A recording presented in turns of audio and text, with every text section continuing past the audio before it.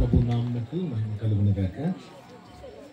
ఈ రీతిగా మీ మధ్య ఉండడానికి ప్రభు నాకు అనుగ్రహించిన ఈ మంచి సమయాన్ని బట్టి ప్రభుని స్తుతిస్తూ ప్రేమతో ఆహ్వానించి అవకాశం ఇచ్చిన నిశ్చి ప్రార్థనా మందిరానికి అనగా దేవుని సేవకులు మిస్పా దేవుని సేవకులు కృపన్నకు, స్థానిక సంఘ పెద్దలకు, ఆయా సంఘాలను వచ్చిన దేవుని సేవకులకు, పెద్దలకు, పరిశుద్ధులందరికీ క్రీస్తు యేసు నామములో వందనాలు తెలియజేస్తూ ఉన్నాను.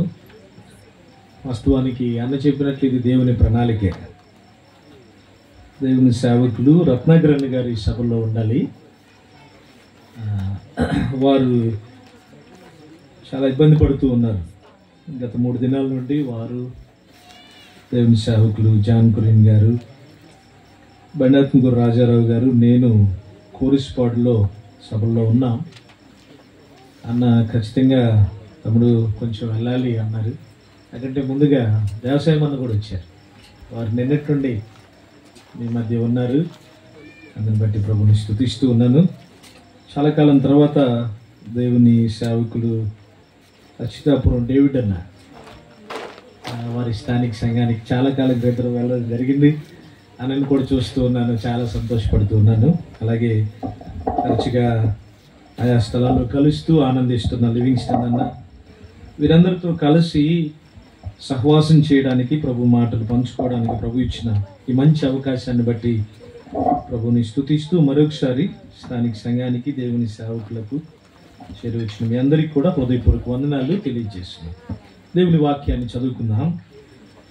ఈ రాత్రి ఇప్పటికే దేవుడు తన దాసుని బలపరిచి శ్రేష్టమైన సువార్త అందించగా ఆలకించి ప్రభు సన్నిధిలో ఆనందిస్తూ ఉన్నాం. మరి కొంత సమయం ప్రభు మాటలు మనం ఆలకిద్దాం. ఇర్మియా గ్రంథం 10వ అధ్యాయం 10వ వచనాన్ని చదువుకుందాం. ఇర్మియా గ్రంథం 10వ అధ్యాయం 10వ వచనాన్ని చదువుకుందాం. యెహోవాయే నిజమైన దేవుడు, ఆయనే జీవము గల దేవుడు, సదాకాలము ఆయనే రాజు. ఆయన ఉగ్రతకు భూమి కంపించును, ఆయన కోపము సహింపలేవు.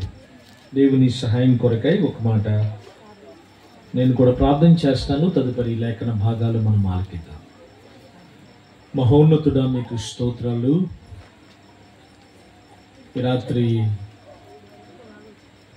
మిస్పా స్థానిక సంఘము ద్వారా ఏర్పాటు చేయబడిన కోడికల్లో ఇప్పటికే మీ దాసుని బలపరిచి సిలువ వేయబడిన క్రీస్తును ప్రకటించినందులకై కృతజ్ఞతలు చెల్లిస్తున్నా.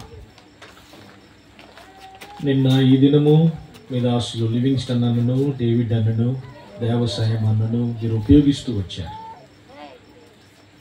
రేపటి దినం మా ముందున్న కోడికల్లో కూడా మీ దాసులను బలపరిచి ఉపయోగించమని, చదువుకున్న లేఖన భాగాలు మీ ఆత్మ ద్వారా అర్థమగునట్లు మాతో మాట్లాడి మహిమ పొందమని వాక్య స్వరూపి అయిన యేసుక్రీస్తు నామంలో కృతజ్ఞతలు చెల్లించి ప్రార్థన చేయుచున్నాము తండ్రి, ఆమేన్. ప్రభునందు ప్రియమైన సహోదరి సహోదరులారా, ఈ రాత్రి వేళ దేవుని వాక్యాన్ని ఆలకించడానికి సహాయకరంగా ఇర్మియా గ్రంథం 10వ అధ్యాయం 10వ వచనాన్ని మనం చదువుకున్నాం. క్రీస్తు యేసు ఎలాంటి వాడో ఒక 3 మాటలు, మనం ఎరిగిన మాటలే, తరచుగా ఆలకిస్తున్న మాటలే, ఒక 3 మాటలు ఈ రాత్రి నేను జ్ఞాపకం చేసి ఆ ప్రసంగాన్ని ముగిస్తాను. ఇర్మియా గ్రంథకర్త వ్రాస్తూ ప్రభువుని గురించి ఏమంటూ ఉన్నాడు అంటే, మొదటి మాట 10వ అధ్యాయం 10వ వచనంలో యెహోవాయే నిజమైన దేవుడు అంటున్నాడు. యెహోవా ఎవరంట? నిజమైన దేవుడు. ఈ రాత్రి ఈ స్థలము నుండి ప్రకటించబడుతున్న యేసుక్రీస్తు ప్రభువారు, కొన్ని సంవత్సరాలుగా ఈ స్థానిక సంఘము నుండి ప్రచారము చేయబడుతున్న క్రీస్తు ప్రభువారు ఈ ప్రత్యేకమైన సభలలో దేవుని దాసుల ద్వారా ప్రకటించబడుతున్న యేసుక్రీస్తు ప్రభువారు ఆయన ఎవరు అంటే, భక్తుడు అంటున్నాడు యెహోవాయే నిజమైన దేవుడు. ఏంటి ఆధారం? యేసు ప్రభువారు నిజమైన దేవుడు అని లోకములో మిగిలిన వారు, ఇది విమర్శ కాదు, అన్నితా భావించవద్దు, వారు నిజం కాదా? వారు వాస్తవమైన వారు కాదా? యేసు ప్రభువారే నిజమైన దేవుడు అనడానికి రుజువు ఏంటి? ఆయనను ఎలాగూ మనము నిజమైన దేవుడు అని చెప్పగలం? రండి, ఒక 4-5 వచనాలు మనం చదువుకుందాం. అపోస్తుడైన పౌలు ప్రభువుని గురించి వ్రాస్తూ ఆయన ఎందుకు నిజమైన దేవుడు అంటే, కొరింథీయులకు వ్రాయబడిన 2వ పత్రిక 5వ అధ్యాయం 21వ వచనాన్ని చదువుకుందాం. కొరింథీయులకు వ్రాయబడిన 2వ పత్రిక 5వ అధ్యాయం 21వ వచనం. ఎందుకనగా మనము ఆయన యందు దేవుని నీతి అగునట్లు పాపము ఎరుగని ఆయన అన్నాడు. ఎందుకు యేసుక్రీస్తు ప్రభువారు నిజమైన దేవుడు? యెహోవాయే నిజమైన దేవుడు అని ఎందుకు లేఖనాల్లో వ్రాయబడింది అంటే ఇదే కారణం. అపోస్తుడైన పౌలు దానికి వివరణిస్తూ ఉన్నాడు. ఆయన పాపము ఎరుగడు కాబట్టి ఆయన నిజమైన దేవుడు. సోదరుడ సోదరి, ప్రకటించబడుతున్న క్రీస్తు ప్రభువారు ఆయన ఎవరు అంటే, ఆయన ఎన్నడూ పాపము ఎరగనటువంటి వాడు. పాపం అంటే ఇక్కడ ఉన్న వారందరికీ తెలుసు, చిన్నలకి తెలుసు, పెద్దలకి కూడా తెలుసు. కానీ క్రీస్తు ప్రభువారు ఆయన ఎంత ప్రత్యేకమైన వాడు అంటే ఆయన పాపము ఎరగడు అని పౌలు వ్రాస్తూ ఉన్నాడు. అపోస్తుడైన పేతురు రాసిన మొదటి పత్రిక 2వ అధ్యాయం 22వ వచనం మనం చదివినప్పుడు మనం ఎరిగిన మాటే, ఆయన పాపము చేయలేదు అన్నాడు. ఆయన ఏం చేయలేదట? పాపము చేయలేదు. పేతురు యేసుక్రీస్తు ప్రభువారితో 3.5 సంవత్సరం కలిసి సంచారం చేశాడు. ప్రభువుతోనే ఉన్నాడు. ఆయన ఎక్కడికి వెళితే అక్కడికి వెళుతున్నాడు. ఆయన మాట్లాడే భాష వింటున్నాడు. ఆయన చేసే క్రియలు చూస్తున్నాడు. ఆయన పడుతున్న ఇబ్బందులు చూస్తున్నాడు. ఆయన క్రియలలో ఎక్కడ కూడా ప్రభు ఏనాడు కూడా ఏం చేయలేదంట? పాపము చేయలేదు. దూషించడం పాపము అన్నాడు, కపటము పాపము అన్నాడు. అక్కడే చెప్పాడు కదా కింద వచనాల్లో, ఆయన దూషింపబడి బదులు దూషింపలేదు అన్నాడు.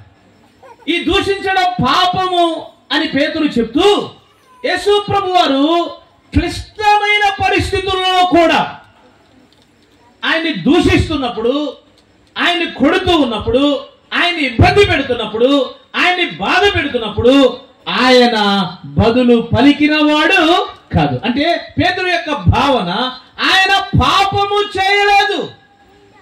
కోపపట్టం పాపము అని బైబిల్లో ఉంది. ప్రభువును అంతగా ఇబ్బంది పెడుతున్నా, అంతగా బాధ పెడుతున్నా, అంతగా కొడుతున్నా కూడా ఏమాత్రం క్రీస్తు ప్రభువారు కోపపడిన వాడు కాదు. ఈ రాత్రి యేసుక్రీస్తు ప్రభువారు నిజమైన దేవుడు అని ఎందుకు గట్టిగా ప్రకటిస్తూ ఉన్నాము అంటే, ఆయన పాపము ఎరగడు అని భక్తుడు సాక్ష్యం ఇస్తున్నాడు. ఆయన పాపము చేయలేదని భక్తులు సాక్ష్యము ఇస్తూ ఉన్నారు. యేసు ప్రభు వారికి 12 మంది శిష్యుల్లో చాలా దగ్గరగా ఉండే శిష్యుడు యోహాను. ఎవరు? శిష్యుడైన యోహాను. ఆయన ఏమంటున్నాడు చూడండి. యోహాను రాసిన మొదటి పత్రిక 3వ అధ్యాయం 5వ వచనం. యోహాను రాసిన మొదటి పత్రిక 3వ అధ్యాయం 5వ వచనం. పాపములను తీసివేయుటకై ఆయన ప్రత్యక్షమాయనని మీకు తెలియను, ఆయన యందు పాపమేమీయూ లేదు. శిష్యుడైన యోహాను ప్రభువుని చాలా దగ్గరగా ఎరిగిన వాడు, ప్రభువుని చాలా క్షుణ్ణంగా ఎరిగిన వాడు. 12 మంది శిష్యుల్లో ఇన్నర్ సర్కిల్ అంటారు. 3 ప్రధానమైన శిష్యులు ఉన్నారు, ప్రభువుకి చాలా దగ్గరగా ఉంటారు. వారెవరు? పేతురు, యోహాను, యాకోబు. ఈ 3లో కూడా ప్రభువుకి ఇంకా దగ్గరగా ఉండే వ్యక్తి ఎవరు అంటే ఎవరైనా యోహాను. అదే చదువుతాం యోహాను సువార్తలో. యేసు రొమ్మున ఆనుకొని ఉన్న శిష్యుడు. ప్రభు హృదయానికి చాలా దగ్గరగా ఉన్నాడు. ప్రభు హృదయ అంతరంగాన్ని కూడా గమనిస్తూ ఉన్నాడు. గమనిస్తూ ఆయన ఏమంటున్నాడు అంటే ఆయన యందు పాపమేమీ లేదు. యేసు ప్రభువు సిలువ వేయబడినప్పుడు ఆయన గెత్సేమనే తోటలో పట్టబడి గబత్ అనే స్థలానికి తీసుకెళ్లే లోపే శిష్యులందరూ ప్రభువుని విడిచిపెట్టి వెళ్ళిపోయారు.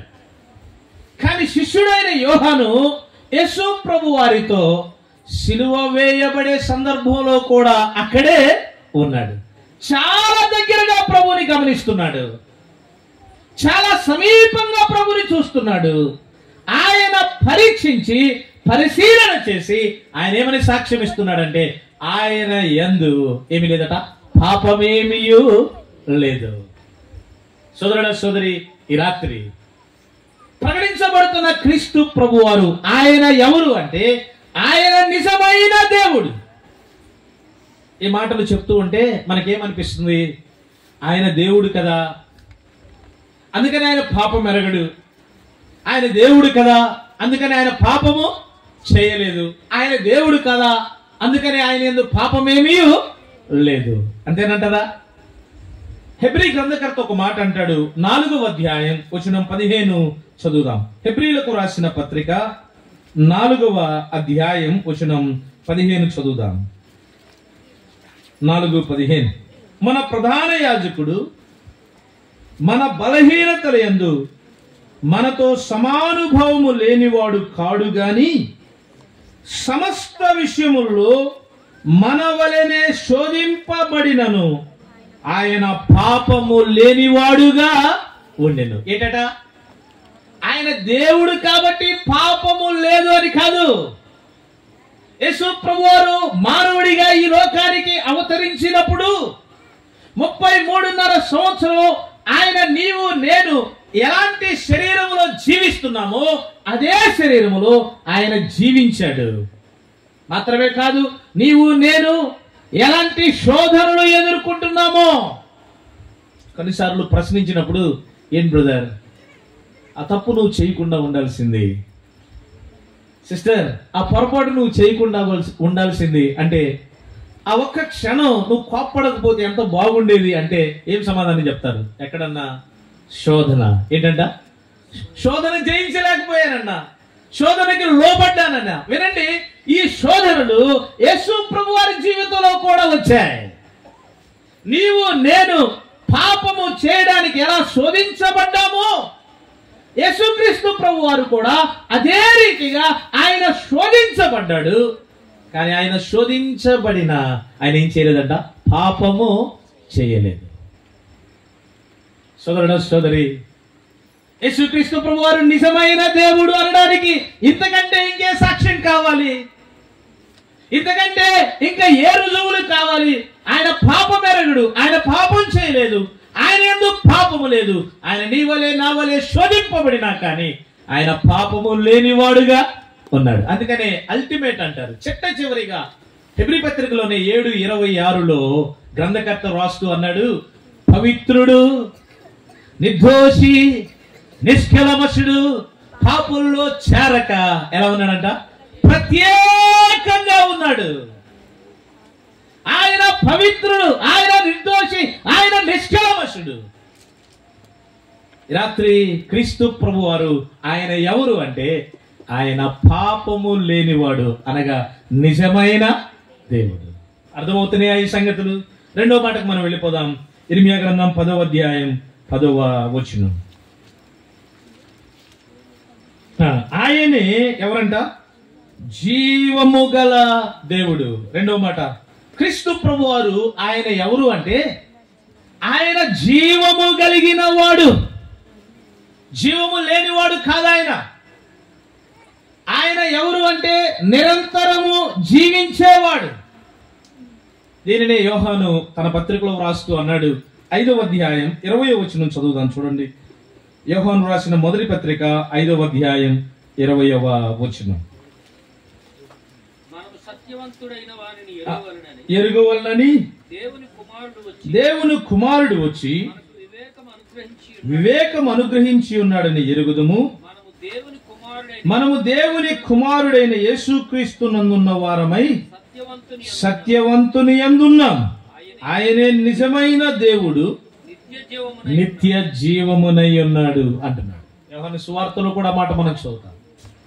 ఆయనలో జీవముండెను, ఆ జీవము మనుషులను వెలిగించుచుండెను అన్నాడు. ఆయనలో ఏమి ఉందంట? జీవము ఉంది. ఆయన జీవము కలిగిన వాడు. యేసు ప్రభువారు జీవము లేనివాడు కాదు. ఆయన సజీవుడు, సదాకాలము జీవించేవాడని దేవుని వాక్యము సెలవిస్తూ ఉంది. ఇది ఊరకనే మనం నమ్మడానికి వెళ్ళలేదు. రండి, పాత నిబంధనలో ఒక రాజుగారు మాట్లాడుతూ ప్రభువుని గురించి ఏమంటాడంటే, దానియేలు గ్రంథం 6వ అధ్యాయం 21వ వచనాన్ని చదువుకుందాం. దానియేలు గ్రంథం 6వ అధ్యాయం 21వ వచనం. అందుకు దానియేలు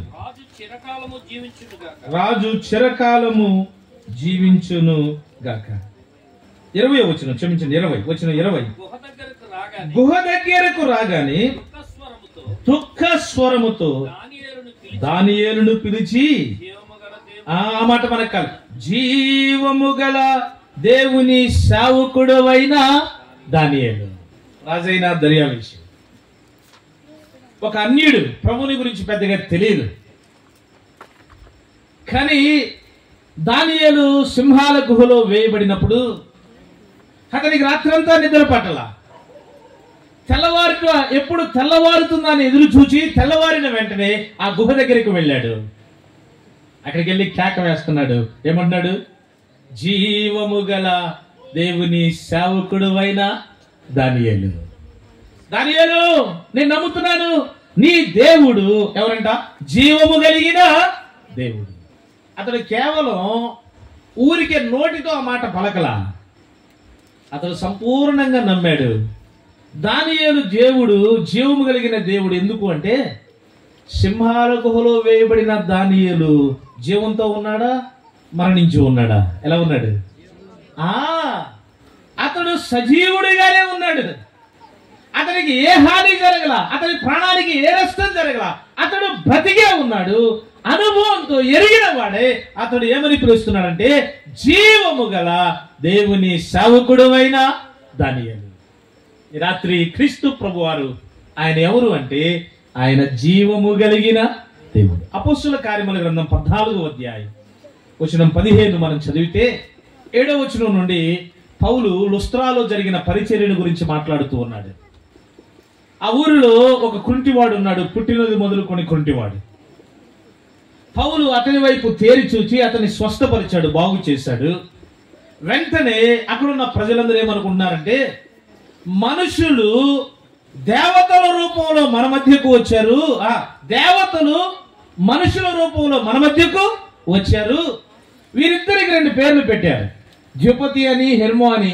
పౌలు బర్నబాలకు పేర్లు పెట్టి వారికి అర్పణలు అర్పించాలని, దండలు వేయాలని వారు పూనుకొని ముందుకు వచ్చినప్పుడు పౌలు బర్నబాలు రాయబడిన మాట 15వ వచనం చదువుతారా అన్న? అయ్యలారా, మీరెందుకు ఇలాగూ చేయుచున్నారు? మేము కూడా మీ వంటి స్వభావము కలిగిన నరులమే. మీరు ఈ వ్యర్థమైన వాటిని విడిచిపెట్టి ఆకాశమును, భూమిని, సముద్రమును, అందరి సమస్తమును సృజించిన జీవము గల దేవుని వైపు తిరగాలి. పౌలు ఏమంటున్నాడు? మీరు మాకు పూజ చేయండి అంటలా, ఎడ్లు అర్పించండి అంటలా, పూలదండలు వేయండి అనడంలా. మేము కూడా మీ వంటి స్వభావము కలిగిన నరులమే. యేసుక్రీస్తు ప్రభువారు ఆయన జీవము కలిగిన దేవుడు.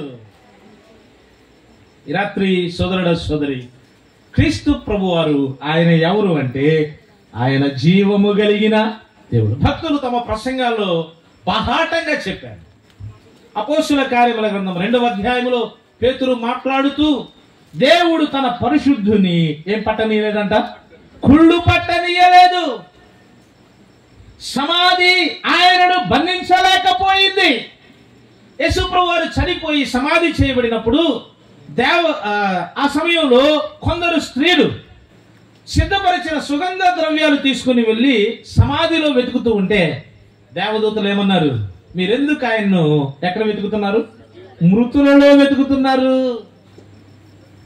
ఆయన మృతుడు కాడు, ఆయన ఎవరంట? సజీవుడు. ఆయన జీవము కలిగిన వాడు. మరణము ఆయనను బంధించి ఉంచుట అసాధ్యం. నిజమే, ఆయన జీవము కలిగిన వాడు కాబట్టే అనేక మంది చనిపోయిన వారిని ఆయన సజీవులుగా చేశాడు. ఆయన బ్రతికి ఉన్న కాలంలో ప్రాముఖ్యంగా ఎంతో మందిని బ్రతికించాడు. 3 ఉదాహరణలు మనం ఎరుగుదాం. మార్కు సువార్త 5వ అధ్యాయంలో యాయిరు కుమార్తె చనిపోయి ఇంటిలో ఉంది. యేసు ప్రభు వారు ఆ చిన్నదాని దగ్గరికి వెళ్ళి ఏమన్నాడు? చిన్నదానా లెమ్ము. ఆమె ప్రాణాలతో తిరిగి లేచింది. లూకా సువార్త 7వ అధ్యాయంలో యేసుక్రీస్తు ప్రభు వారు ఆయన నయీనాను అనే గ్రామానికి వెళుతూ ఉండగా 12:7 కదా, 12వ అధ్యాయం 7వ వచనంలో ఒక విధవరాలు ఉంది. ఆ స్త్రీలకు ఒకే కుమారుడు చనిపోయాడు. సమాధి చేయడానికి పాడి మీద తీసుకెళ్తున్నారు. ప్రభు ఎదురై పాడిని ముట్టి ఏమన్నాడు? చిన్నవాడా లే. వాడు ప్రాణాలతో తిరిగి లేచాడు. యోహాను సువార్త 11వ అధ్యాయంలో లాజరు చనిపోయి సమాధి చేయబడ్డాడు. ఎన్ని రోజులైంది? 4 దినాలు. ప్రభు సమాధి దగ్గరికి వచ్చి లాజరు బయటికి రా అన్నాడు. లాజరు సజీవుడుగా తిరిగి లేచాడు. ఆయన సజీవుడు కాకపోతే మృతులను సజీవులుగా చేయగలడా? ఏమండి, మనం మంచి సంస్కృత శ్లోకాలు పాడుతూ ఉంటాం. అసతోమ సద్గమయ, తమసోమ జ్యోతిర్గమయ అని శ్లోకాలు చెప్తూ ఉంటాం. అంటే నేను గుడ్డోడినయ్యా, నన్ను వెలుగులోకి నడిపించు అంటుంటారే. ఈ మాట చెప్తూ పెద్దవారు ఏమంటారంటే, ఒక గుడ్డి వారు మరొక గుడ్డి వారికి ఏం చూపలేరంట? త్రోవ చూపలేరు. యేసు ప్రభు వారు జీవము కలిగిన వాడు కాకపోతే మృతులను ఆయన సజీవులుగా చేయగలడంటారా? యేసుక్రీస్తు ప్రభు వారు ఎవరు అంటే దేవుని వాక్యము చాలా తేటగా సెలవిస్తూ ఉంది. ఆయన ఎవరంట? జీవము కలిగిన దేవుడు. 2 మాటలు మనం ఆలకించాం. 1, ఆయన ఎవరు? నిజమైన దేవుడు. 2, జీవము కలిగిన దేవుడు. 3వ మాట, ఆ మాట మనం ఆలకించి ముగిద్దాం. ఇర్మియా గ్రంథం 10వ అధ్యాయం 10వ వచనంలో సదాకాలము ఆయనే రాజు. యేసు ప్రభు వారు ఎవరు అంట? రాజు. నీవు అంగీకరించినా అంగీకరించకపోయినా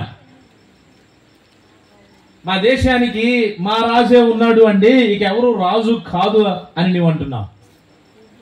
మా దేశానికి మా ప్రధానులు ఉన్నారండి, మంత్రులు ఉన్నారండి, వారే ముఖ్యమైన వారు, ఇంకెవరు కాదు అంటున్నావు. నిజమే. కానీ వాక్యం ఏమి సెలవిస్తుందంటే యేసుక్రీస్తు ప్రభువారు సదాకాలానికి ఆయన రాజట. ఒకవేళ ఇప్పటికీ రాజు పరిపాలించే దేశాలు ఉన్నాయి, కానీ రాజులు శాశ్వతమా అంటే శాశ్వతమా? మారుతూ ఉంటారు.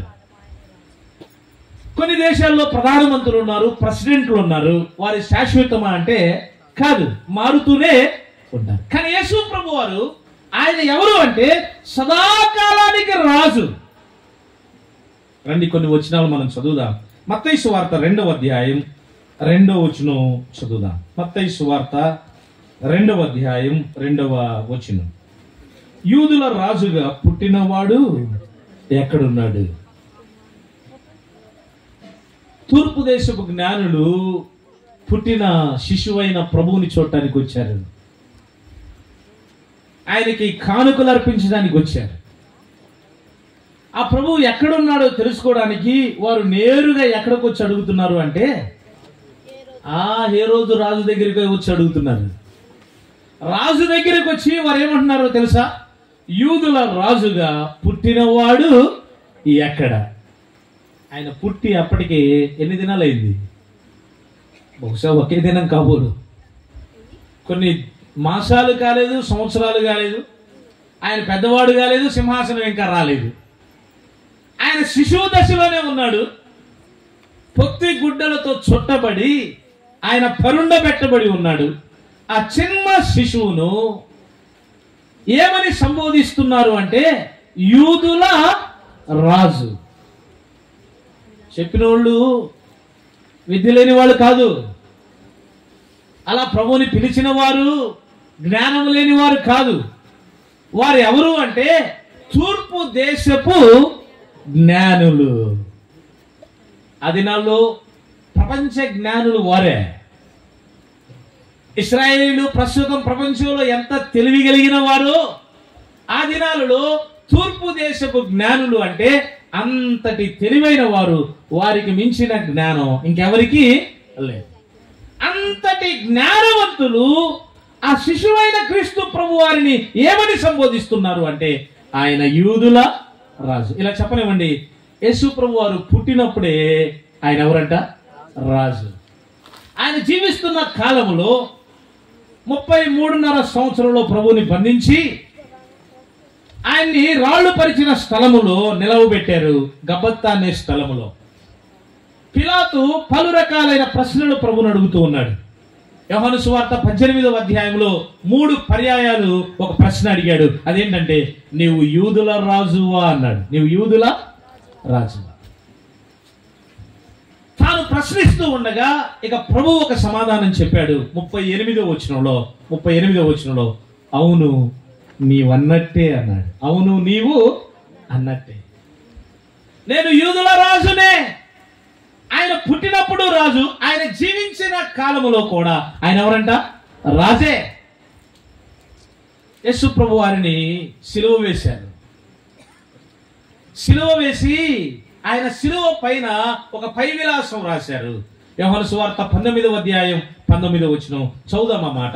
యోహాను సువార్త 19వ అధ్యాయం 19వ వచనం. 19:19 మరియు పిలాతు యూదుల రాజైన నజరేయుడగు యేసు అని పై విలాసము వ్రాయించి శిలువ మీద పెట్టించాడు. పిలాతట 3 భాషలు, ఆ దినాల్లో ఏ భాషలు ప్రపంచంలో ప్రఖ్యాతిగాంచి ఉన్నాయో ఆ 3 భాషలు ఒక పై విలాసం రాశాడు. ఏమి రాశాడు అంటే యూదుల రాజు. అది చూసిన వారు అంటున్నారు, ఏమయ్యా పిలాతు, నువ్వెందుకు అలా రాశావు? యూదుల రాజు అని ఆయన చెప్పుకుంటున్నాడు అని వ్రాయొచ్చు కదా అని అంటే పిలాతు అన్నాడు, నేను వ్రాసిందేదో వ్రాసి తిని. That is ultimate. ఇక అది చిట్ట చివరిది. నేను వ్రాసిందేదో వ్రాసాను.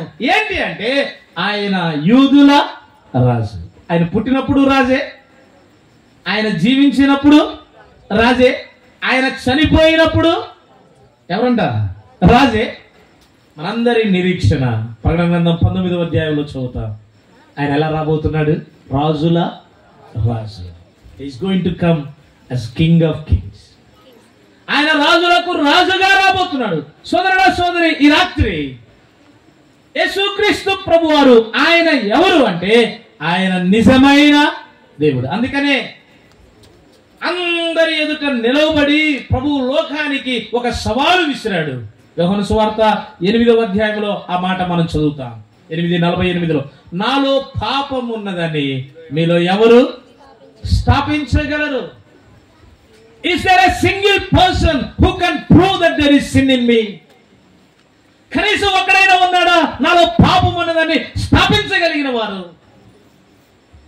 క్రీస్తు ప్రభువారు ఆయన నిజమైన దేవుడు, ఆయన నిత్య జీవము కలిగిన దేవుడు మాత్రమే కాదు, ఆయన సదాకాలము రాజయ్యున్న వాడు. అంత గొప్ప దేవుడు మనందరి కొరకై మానవుడిగా ఈ లోకానికి అవతరించాడు. బైబిల్ సెలవిస్తుంది రోమ 3:23లో ఏ భేదమును లేదు, అందరూ పాపము చేశారు. వారెవరైనా సరే అందరూ పాపం చేశారు. పాపం వల్ల వచ్చు జీతం ఏంటట? మరణం, అనగా భయంకరమైన అగ్నిగుండం. అప్పటికి ఇప్పటికీ ఈ ప్రశ్నలు అడుగుతూనే ఉంటారు. ఈ క్రైస్తవులు కేవలం భయపెట్టడానికే ఈ ప్రసంగాలు చేస్తుంటారు అని. ఇది భయపెట్టడానికి కాదు, మతములోనికి తీసుకురావడానికి కాదు, మిమ్మల్ని ఆందోళన కలిగించాలనేది అంతకంటే కాదు. ఇది దేని కొరకు అంటే, వాస్తవం అగ్నిగుండం ఉంది, దాని నుండి తప్పించబడి మోక్షానికి వారసులు కావాలి అనేది ప్రభు యొక్క ఆశ. రక్తము చిందించకుండా పాప క్షమాపణ కలగదని లేఖనాల్లో వ్రాయబడిగా, ఎడ్ల యొక్కయు మేకల యొక్కయు గొర్రెల యొక్కయు రక్తము పాపములను తీసివేయట అసాధ్యమని లేఖనాల్లో వ్రాయబడిగా, మానవుని యొక్క పాపమును పరిహరించడానికి ఈ సదాకాలము రాజైనటువంటి క్రీస్తు ప్రభువారు, నిజమైన క్రీస్తు ప్రభువారు, నిత్య జీవమైన క్రీస్తు ప్రభువారు తన ప్రాణాన్ని శిలువలో అర్పించడానికి ఆయన ఇష్టపడ్డాడు. ఆయన మనందరి పాపము కొరకై చేతుల్లో చేతులు కొట్టించుకున్నాడు, కళ్ళలో మేకు కొట్టించుకున్నాడు, తల మీద ముళ్ళ కిరీటం కొట్టించుకున్నాడు, ప్రక్కలో పొడవబడ్డాడు, నిలువెల్లా తన రక్తాన్ని కడగొట్టు వరకు కార్చాడు. మన పాపమును పరిహరించడానికి ప్రభు ఎంత శ్రమ పడ్డాడు, ఎంత కష్టపడ్డాడు, ఎంత వేదన పడ్డాడు. మనందరి కొరకై తను తాను ఇష్టపూర్వకంగా అప్పగించుకున్నాడు. ఆయన ముఖాన ఉమ్మే వేశారా? ఆయన ముఖం మీద ముసుగు వేసి పిడిగుద్దులే గుద్దారా? ఆయన్ని అవమానించారా? నిందించారా? హేళన చేశారా?